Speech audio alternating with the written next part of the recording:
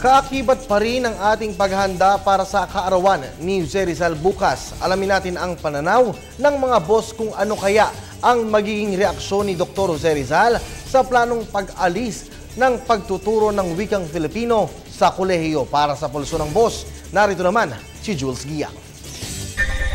Isyu ng lipunan na alamin mula mismo sa tinig ng sambayanan. Pulso ng Boss ngayon nating pakikinggan.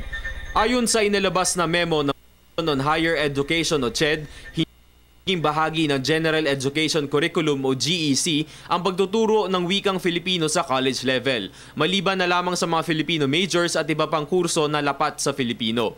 Argumento ng CHED ay dahil na rin sa K-12 curriculum, ang Filipino ay tuturo na rin naman sa grades 11 at 12 at inaasahan na pagdating sa kolehiyo ay nakapokus na lamang sa major subjects. Sa isyong ito, ano nga kaya magiging tindig ni Dr. Jose Rizal kung sakaling buhay pa siya? Yan ang ating pupulsuhan sa ating mga boss.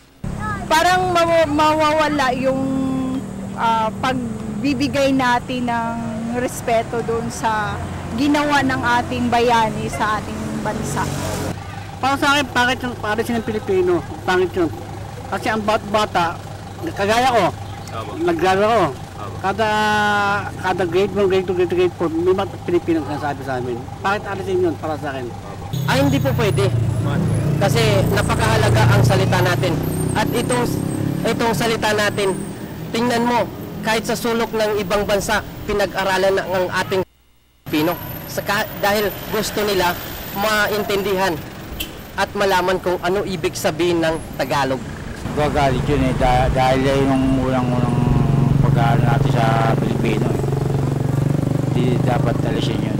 Siguro okay lang naman kasi dapat high school dapat alam mo na yun eh. Hindi mo na kailangan pag-aralan ng college yun kasi elementary, high school dapat isa yun sa pinaka importante na matutunan mo yung Pilipino. Siguro kung siya ay narito, baka hindi siya matuwa.